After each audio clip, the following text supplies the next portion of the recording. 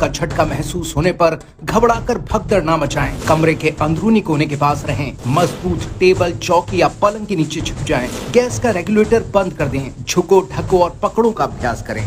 बिहार राज्य आपदा प्रबंधन प्राधिकरण द्वारा जनहित में जारी।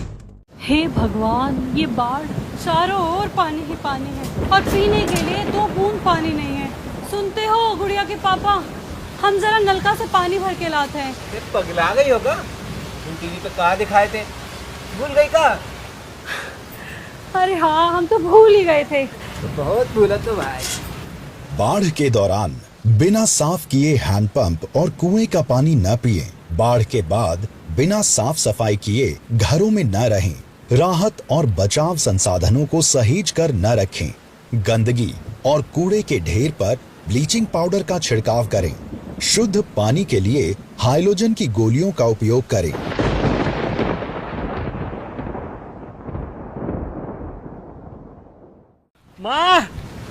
सभी गांव वालों को सूचित किया जाता है, जल्द ही बाढ़ आने की संभावना है। आप भगवान, क्या कर रहे हो? जाते जाते 4 दिन तो सुख चैन से देख लेते हैं। माँ, घबराती कहाँ है? बाढ़ से बचाव का पूरा इंतजाम कर लिया है। घर के आसपास के सभी नालों का साफ सफाई कर दिया है मैंने। मौसी बड़े पापा को फोन करके कह दिया है, सब इंतजाम कर ले। पूरा गाँव बाढ़ की सुरक्षा के इंतजाम में लग गया है। तेरे ब्याह के गहने और जरूरी कागज, उसका क्या? वो सब सुरक्षित स्थान पर रख दिया। इसमें दवाई और सूखी सब्जियां रखी है। ये बोरा में लाइफ जैकेट, तारपोलिन की सीट और रस्सियां रखा है। अब हम गांव के मंदिर के ऊपर जो ऊंचा स्थान पे घर है ना, वो में रहेंगे। चल। दवाई और सूखे भोजन का इंतजाम कर लें। नाव, ट्यूब, लाइफ जैकेट, रस्सियां, तारपोलिन शीट आदि का बंदोबस्त कर लें। ऊंचे आश्रय का चयन करें। नालियों की साफ सफाई सुनिश्चित करें। जेवर अथवा जरूरी कागजात व अन्य सामान को सुरक्षित कर लें। बाढ़ की जानकारी हेतु चेतावनी एवं सूचना ध्यान से सुनें।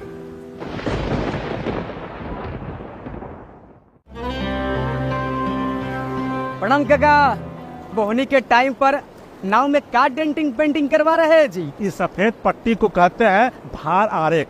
नाव पर भार आरेख का मापन सुरक्षा के लिए बहुत जरूरी है। भार आरेख अगर डूब गया तो समझो कि नाव ओवरलोड है। साथ में नाव का पंजीकरण भी जरूरी है। ये तो जबरदस्त जानकारी दी है काका। लेकिन नाव पे भार आरेख का मापन नौका सर्वेक्षक के निगरानी में ही करें। भार आरेख डूबा हो तो नाव का परिचालन ना करें। नाव पर निबंधन संख्या अवश्य अंकित करें। नाव में यात्रियों की कुल क्षमता जरूर लिखें। खराब मौसम में नाव का परिचालन ना करें। बिहार राज्य आपदा प्रबंधन प्राधिकरण द्वारा जनहित में जारी।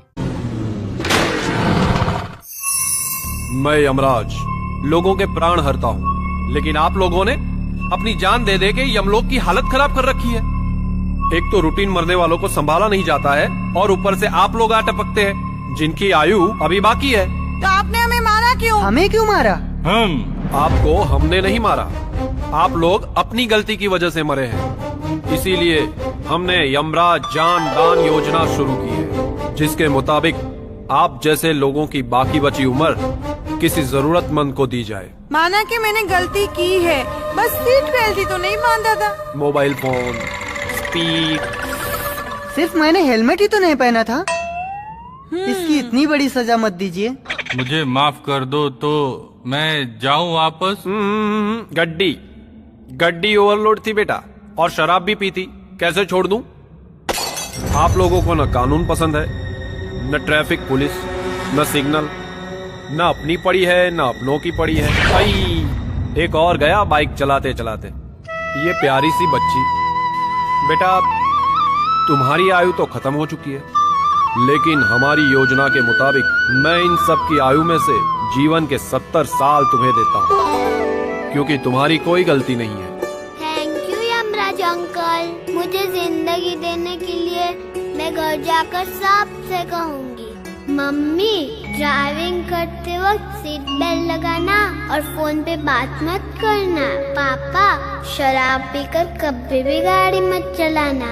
भैया, बिना हेलमेट घर से बाहर मत निकल जाना बाइक चलाने। और स्पीड तो बिल्कुल नहीं, क्योंकि स्पीड का रास्ता सीधा यमलोक जाता है। आपकी जान आपके हाथ में है, मेरे नहीं। संभालो। आज फिर ऑफिस आते वक्त मैंने एक सड़क दुर्घटना देखी। पता नहीं आखिर कैसे रुकेंगी ये दुर्घटनाएं। थोड़ी सावधानी, सजगता और आवश्यक नियमों का पालन कर हम सड़क दुर्घटनाओं को काफी हद तक रोक सकते हैं। जैसे सड़क पार करते समय पहले दाएं, फिर बाएं और फिर सामने देखकर सड़क पार करना है। दोपहिया वाहन चालक और उसके पीछे बैठने वाली सवारी हमेशा हेलमेट पहने। सड़क पार करते समय मोबाइल पर बात नहीं करनी चाहिए। दोपहिया वाहन हमेशा सड़क की बाईं ओर और निर्धारित गति सीमा में चलानी है। कार या अन्य 4 पहिया वाहन सीट बेल्ट पहन कर चलाना है। गाड़ी का दरवाजा खोलते समय पीछे से आने वाले की सुरक्षा का ध्यान रखना है। ज्यादातर दुर्घटनाएं तीखे मोड़ पर होते हैं, इसलिए ऐसी जगहों पर गाड़ी धीमी चलानी है। सबसे जरूरी बात, नशे का सेवन करके गाड़ी कभी नहीं चलानी है। किसी सड़क दुर्घटना में घायल व्यक्ति को तुरंत प्राथमिक उपचार देना है और उसे जल्द से जल्द नजदीकी चिकित्सालय पहुंचाना है। मैंने तो इन बातों की गांठ बांध ली है। बिहार राज्य आपदा प्रबंधन प्राधिकरण एवं सूचना व जनसंपर्क विभाग बिहार सरकार द्वारा जनहित में जारी। अरे कहाँ जा रहे हैं इतना हड़बड़ में? अरे टोकने का आदत नहीं जाएगा तुम्हारा। बाबूजी जरा खेतों पे जा रहे हैं, मेरे बात ठीक करना है। बाबूजी, उधर रेडियो पर हम लोग कहा सुने थे कि जब मौसम खराब हो तो बाहर ऐसे खुले में नहीं जाना चाहिए। अब देख रहे हैं कितना घनघोर बादल घेरे हुए हैं। ठीक है तो बोल रही है, मौसम ठीक हो जाएगा तो चल जाना। वर्षा और वज्रपात होने की आशंका होने पर घर से बाहर ना निकलें। यदि खुले में हो तो शीघ्र सुरक्षित मकान में शरण लें। बिजली के उपकरणों का प्रयोग ना करें और संचार माध्यमों से मौसम की जानकारी प्राप्त करते रहें। चाची चाची, चीनों के सांप काट लिया है। हे भगवान, कहाँ हो गया? कहाँ काट लिया? ए दीदी, इतना 2 दांत का निशान है, जरूर कोई विषैला सांप काट लिया है। हे भगवान, ये कहाँ हो गया? चल चल हॉस्पिटल लेके चलते हैं। ए छोटी, इसको गोदी काहे ली हो? नीचे उतार दो ना, मुन्ना चल लेगा। अरे दीदी, चले से शरीर में जहर फैलने का खतरा बढ़ जाता है। घबराहट में दिल का धड़कन तेज हो जाता है, खून का दौरा बढ़ जाता है, जिससे शरीर में विष जल्दी फैलता है। चल चल हॉस्पिटल चलते हैं। जहरीले सांप के काटने का 2 दिन तक का निशान देखकर घबराएं नहीं। घायल व्यक्ति को चलने से रोकें, उसे तुरंत अस्पताल ले जाएं। सर्पदंश से घायल अंग को हृदय के लेवल से नीचे रखें। जहरीले सांप भी हर बार पूरा जहर व्यक्ति के शरीर में प्रवेश नहीं करा पाते हैं, इसीलिए घबराएं नहीं। सर्पदंश से घायल व्यक्ति को सांत्वना दें। घबराहट से रक्त संचारण तेज हो जाता है और जहर शरीर में जल्द फैल सकता है। बिहार राज्य आपदा प्रबंधन प्राधिकरण द्वारा जनहित में जारी।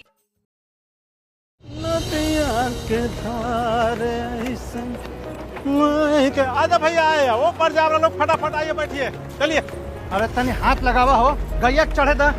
अरे अरे, इसको कहाँ लेके जा रहे हैं? देख रहे हैं ना कि आदमी लोग बैठा हुआ है, इस पर जानवर नहीं चढ़ेगा। अरे चढ़ेगा तो कोनो नाव खिया जाएगा। इतना कह रहे हैं, बैठाना लीजिए। देखिए, दया हमको भी आता है, पर यात्रियों के साथ जानवर ढोना गैर कानूनी तो है ही, साथ ही साथ जान माल का भी खतरा है। कहीं भड़क गया तो नाव पलट जाएगा। ये बात तो हम सोच भी नहीं किए थे।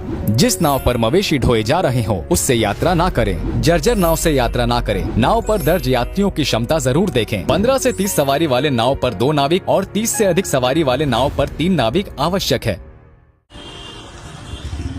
आज बच्चा लोग को मेला दिखाने जा रहे हो का मंगनी भाई? हाँ भाई, सोचे पहले रावण वध दिखाते हुए देवी दर्शन करा देंगे, साथ ही साथ खिलौना भी बेच लेंगे। सोचे तो ठीक हो, लेकिन भीड़ भाड़ में एक जगह रुकना नहीं, चलते रहना। कोई अफवाह पे ध्यान मत देना, न भगदड़ होने से घबराना। मेला के बाहर मिलने का एगो जगह निश्चित कर लेना। कागज पर पता और फोन नंबर लिखकर दोनों बच्चा के गला में लॉकेट जैसा लटका दो। अगर बिछड़ गया या भुला गया तो पता के सहारे बच्चा घर पहुंच जाएगा। पूजा पंडालों व मेलों में चलते फिरते रहें, एक स्थान पर भीड़ न लगाएं। छोटे बच्चों व दिव्यांग के जेब में या गले में लॉकेट की तरह घर का पता और फोन नंबर लिखकर अवश्य रखें। भगदड़ के समय संयम पूर्ण व्यवहार करें, घबराएं नहीं। किसी प्रकार की अफवाह न फैलाएं और न ही उन पर ध्यान दें। बिहार राज्य आपदा प्रबंधन प्राधिकरण द्वारा जनहित में जारी। अरे क्या हुआ भाई? कंपाउंडर साहब, सांप काट लिया, जल्दी को चीरा लगा दीजिए, सब जहर निकल जाएगा।